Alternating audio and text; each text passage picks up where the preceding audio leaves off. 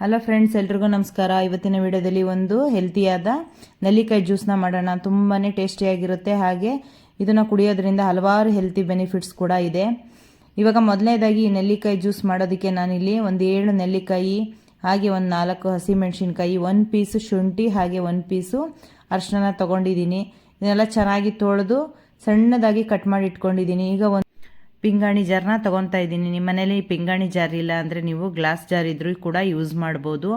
ಇವಾಗ ಕಟ್ ಮಾಡಿರೋ ಅಂಥ ಎಲ್ಲ ಇಂಗ್ರೀಡಿಯೆಂಟ್ಸ್ಗೂ ಕೂಡ ಹಾಕಿ ನಾನಿಲ್ಲಿ ಕಂಪ್ಲೀಟಾಗಿ ಅದ್ರ ತುಂಬ ನೀರು ಹಾಕ್ಕೊತಾ ಇದ್ದೀನಿ.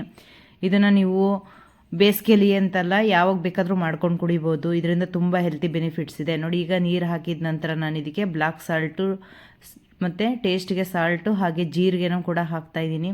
ಇವಾಗ ಒಂದು ಸ್ವಲ್ಪ ಬಿಳಿ ಸಾಸಿವೆನ ನೋಡಿ ಈ ಥರ ಸಣ್ಣದಾಗಿ ಪೌಡ್ರ್ ಮಾಡಿಬಿಟ್ಟು ಹಾಕ್ತಾಯಿದ್ದೀನಿ. ಇವಾಗೆಲ್ಲ ಮಿಕ್ಸ್ ಮಾಡಾಗಿದ್ದಾದಮೇಲೆ ಜ್ಯೂಸ್ ರೆಡಿಯಾಗುತ್ತೆ. ಇವಾಗ ನಾನು ಇದನ್ನು 3 ದಿವಸ ಬಿಸಿಲಿನಲ್ಲಿ ಇಡ್ತಾ ಇದ್ದೀನಿ. ಒಂದು 3 ದಿವಸ ಆಗಲಿ. ಇವಾಗ 3 ದಿವಸ ಆಗಿದೆ. ಇವಾಗ ಜ್ಯೂಸ್ ಹೇಗೆ ರೆಡಿಯಾಗಿದೆ ಅಂತ ನೋಡೋಣ ಬನ್ನಿ. ನೋಡಿ ಈ ಥರ ಜ್ಯೂಸು ರೆಡಿಯಾಗಿದೆ. ಒಳ್ಳೆ ಆರಾಮ ಕೂಡ ಬರ್ತಾ ಇದೆ.